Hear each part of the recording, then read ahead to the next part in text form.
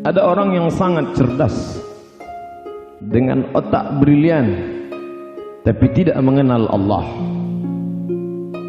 Tapi ada orang yang rajin sholat, beribadah tapi tidak mengenal teknologi.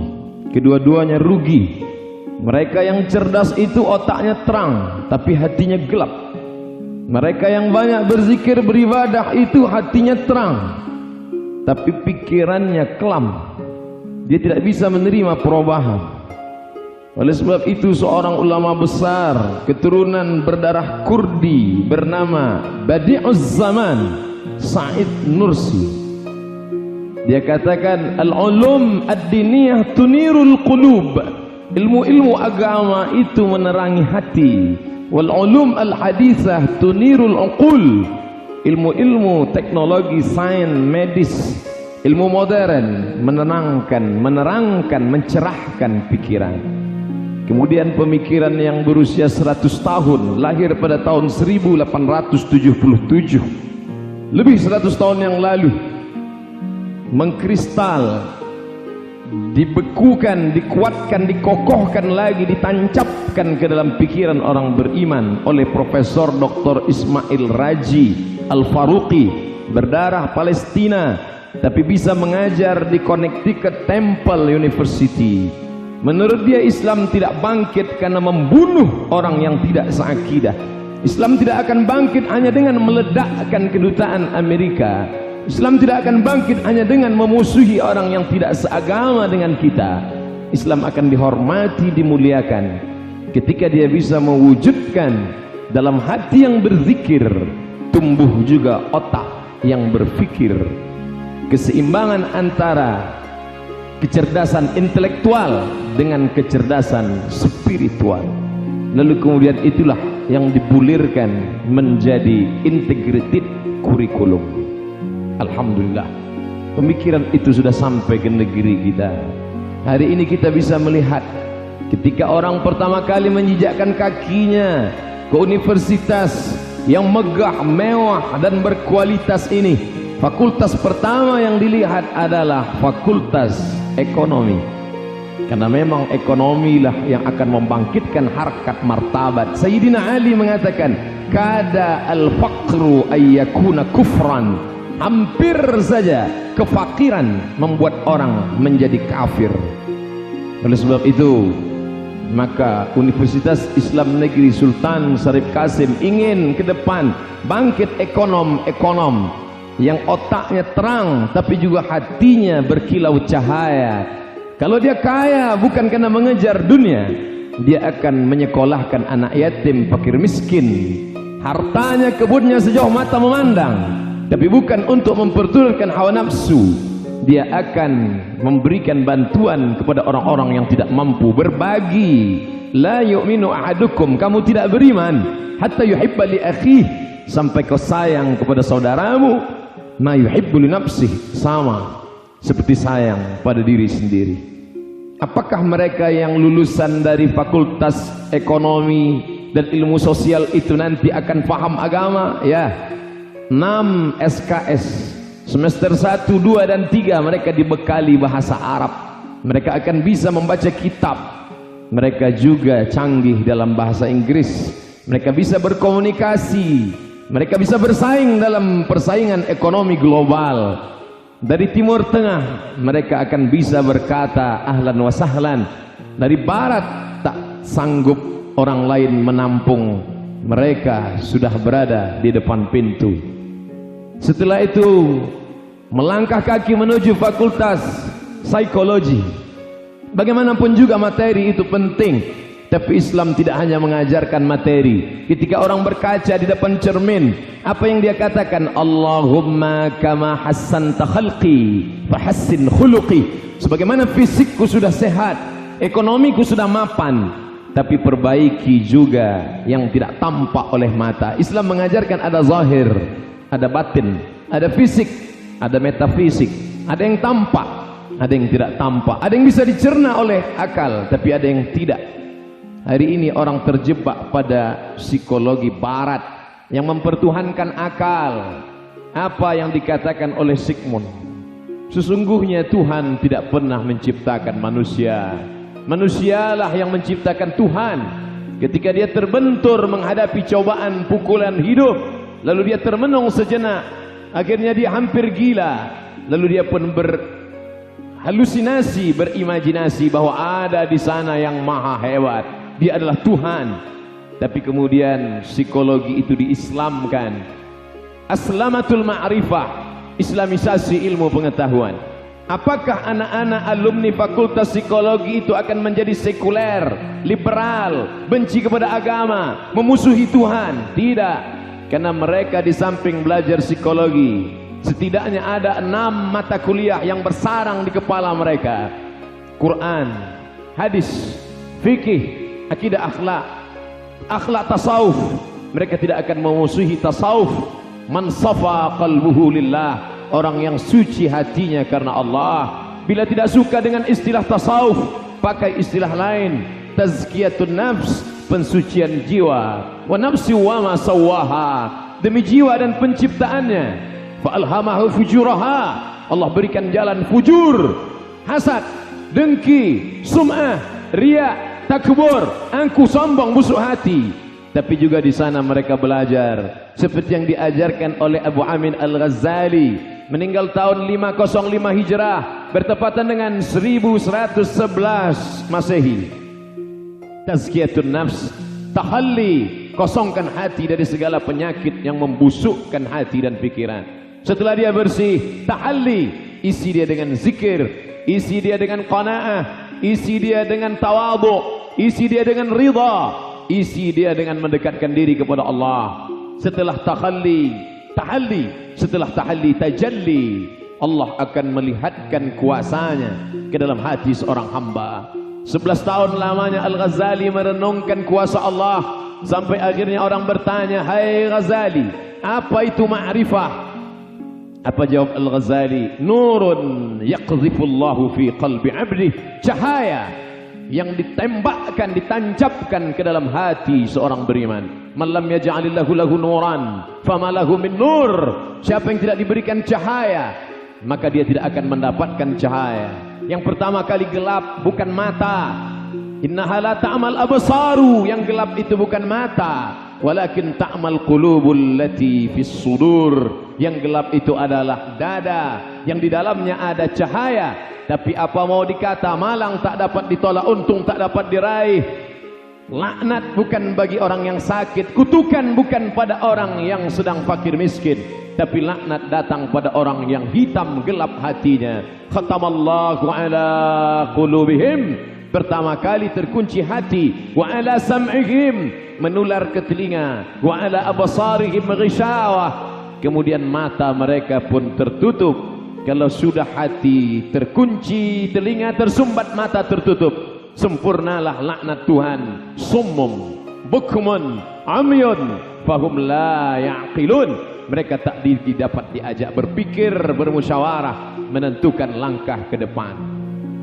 Begitulah Universitas Islam Negeri mengajarkan agent of change, agen-agen perubahan ke depan, hebat dalam bidang ekonomi, tapi juga psikologinya mesti Islam. Tapi itu semua tak bermakna tanpa dasar agama yang kuat. La in asyrakta, kalau engkau syirik, rusak akidahmu. La yahbatanna amaluka, segala amalmu akan hilang, tak berguna. Wa qadimna ila ma amilu min amalin, mereka yang dulu di dunia pernah berbuat baik, segala amalnya kami tampakkan di depan mata mereka. Ini sekolah yang kau bangun, ini anak fakir miskin yang kau bantu, ini perbuatan baikmu. Faja'alnahu haba'an mansura, tapi apa mau dikata, amal itu berubah menjadi debu yang dihembus angin, tak bermakna. Oleh sebab itu pokok pangkal dan segalanya adalah usuluddin, usul dasar agama. Taraktu fikum amraini, hadis riwayat Malik dalam kitab Muwatta, Al-Hakim dalam Al-Mustadrak. Taraktu fikum amraini, kutinggalkan tidak banyak, 2 perkara saja. Intamasaktum bihima, kalau kamu pegang yang 2 ini, lan tadillu abadan, selamanya kalian tidak akan sesat. Kitab Allah Al-Quran, wa sunnati, sunnah Rasulullah sallallahu alaihi wasallam. Man ya'ish ba'di, siapa yang hidup sesudah aku nanti, fasayarawna ikhtilafan katsira, mereka akan melihat banyak ikhtilaf, kontradiktif. La tanaza'u, jangan berkelahi. Fatafshalu, kalian akan gagal. Fatadhhaba rihukum, kalian akan kehilangan semangat, spirit. Fa in tanaza'tum fi syai'in, kalau kalian bersilang pendapat dalam satu masalah, farudduhu ila Allah, kembalikan kepada Allah. Ikta, ilmu Al-Quran dan tafsir Al-Quran. Hadis, jurusan hadis, fokus mengkaji hadis-hadis Rasulullah sallallahu alaihi wasallam, memerangi orang-orang yang mengingkari sunnah. Tapi di samping itu juga mereka fasih dalam pemikiran Islam. Mereka tidak jumud, mereka tidak beku. Dalam satu hembusan nafasnya dia bisa berkata, qala al-Ghazali, qala al-Imam al-Haramain, qala al-Juwaini. Tapi juga mereka bisa berkata Socrates, Aristoteles, Demokritos, Thales. Karena mereka belajar pisau-pisau analisa dalam filsafat Islam. Betapa Islam pernah menjadi mercusuar, pencerah. Mereka yang membangun peradaban barat berhutang budi pada peradaban Islam. Betapa dia yang disebut second teacher, guru kedua. Kalau Aristoteles dikatakan guru pertama, maka yang bisa menerjemahkan pemikiran-pemikirannya adalah Al-Farabi, Avicenna, Ibnu Sina, Averroes, Ibnu Rus. Sampai saat ini buku mereka dibaca, ditulis, diteliti. Universitas ini tidak ingin kehilangan nostalgia masa lalu, maka itu terus disampaikan tetap dengan kerangka koridor Quran dan sunnah Rasulullah sallallahu alaihi wasallam. Perjalanan dilanjutkan bahwa kita hari raya kurban memotong kambing, saat akikah anak memotong kambing, pada saat walimah memotong kambing. Tapi ternyata kambing kita beli dari orang lain. Maka untuk memenuhi ini semua, Fapertapet, Fakultas Pertanian dan Peternakan, Gemah Ripah Loh Jenawi, tongkat dan batu jadi tanaman, Untayan Zamrud Katulistiwa hijau. Tapi mana tanam-tanaman ternak kita? Alumni-alumni akan lahir beternak kambing, bercocok tanam. Allah setiap kali bercerita dalam Al-Quran selalu berkata tentang tanaman, bercerita tentang akidah. Asluha, akarnya tunggal menghunjam ke tanah, wa far'uha fis sama, cabangnya sampai mencakar langit. Bercerita tentang akidah, tapi yang bicarakan adalah pokok kayu. Mathalul ladzina yunfiquna amwalakum fi sabilillah, mereka yang bersedekah di jalan Allah, kamathali habbah, seperti satu biji, ambatat sab'a sanabil, menumbuhkan 7 bulir, 7 cabang. Wa fi kulli sumbulatin mi'atu habbah, dalam setiap bulir ada 100 biji. Satu biji akan menjadi 7 cabang, satu cabang ada 100, akan menjadi 700. Kenapa ketika bercerita tentang akidah, bercerita tentang pokok kayu? Kenapa bercerita tentang sedekah, bercerita tentang pokok kayu? Padahal Nabi ini bukan tinggal di iklim tropis, dia tidak tinggal di tepi sungai Nil, dia tidak tinggal di Indonesia, dia tinggal di Jazirah Arab yang perlu tanaman air.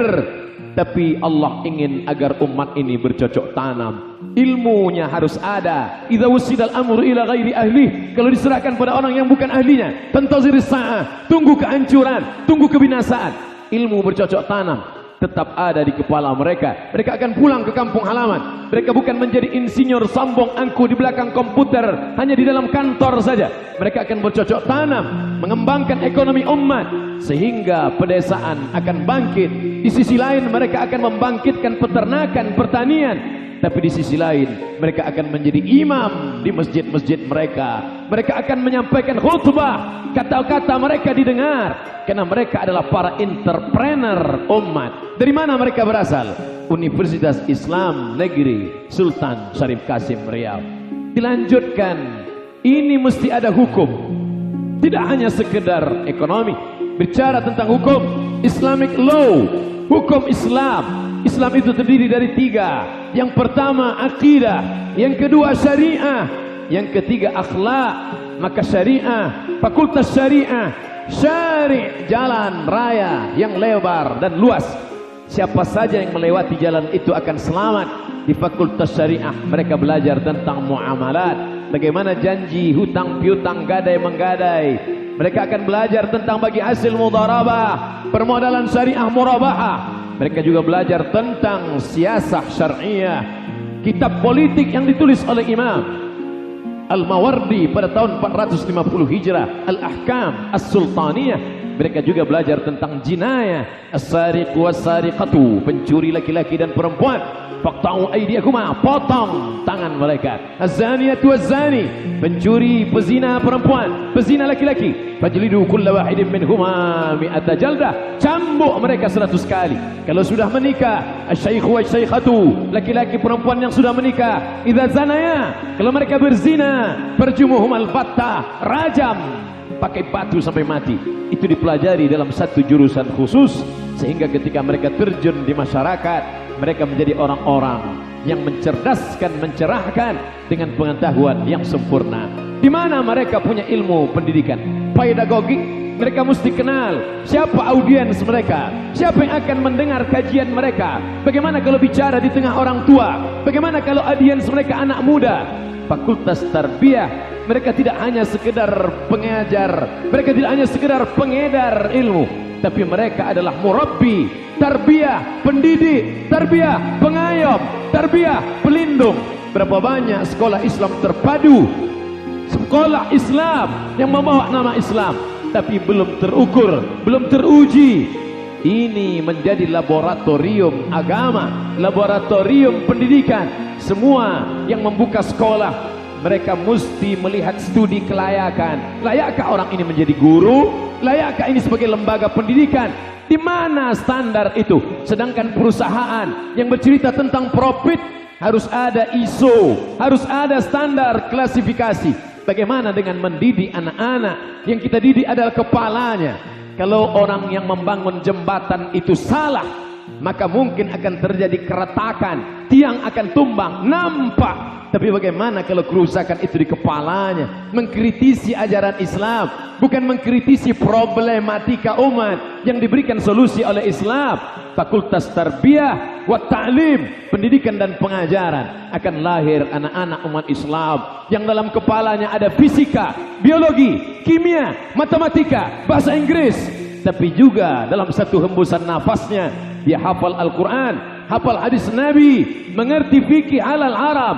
Juga adalah anak-anak yang hebat dalam bidang bahasa Arab, karena kunci dari segala referensi adalah Arab. Man arafa lughata qaumin amina makrahum, siapa yang paham bahasa suatu kaum, maka mereka akan menguasai dunia. Cukupkah ini sebagai ilmu pengetahuan yang hanya disebarkan di lokal, di kelas, di masjid? Berapa orang yang datang salat Jumat? Berapa yang mendengar? Berapa yang fokus? Berapa yang bisa menyampaikannya kepada umat? Ini tidak bisa dibatasi oleh ruang kelas, tapi ini mesti direkam, mesti dimanfaatkan ilmu teknologi. Win Suska, Saintek, Sains dan Teknologi. Mereka berkutat dengan kabel, laptop, komputer, alat merekam, multimedia, internet. Tapi mereka mampu menulis skripsi dalam bahasa Arab. Mereka dapat menginformasikan segala pengetahuan. Dan itu semua karena apa? Karena semua berdasarkan titik satu kesamaan. Akhirnya terwujudlah integrated kurikulum, kurikulum yang mengintegrasikan antara ilmu pengetahuan dan sains. Puncak dari ilmu ini adalah mereka akan berkata, Rabbana, ya Allah, ma khalaqta hadza batila, tidaklah yang kau ciptakan ini sia-sia. Faqina adzaban nar, selamatkan kami dari api neraka.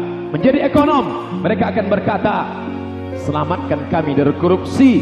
Menjadi orang yang ngerti hukum, mereka tidak akan membela orang yang salah. Sadarlah kita bahwa semua warna-warni ini adalah kebinekaan, keberaneka-ragaman.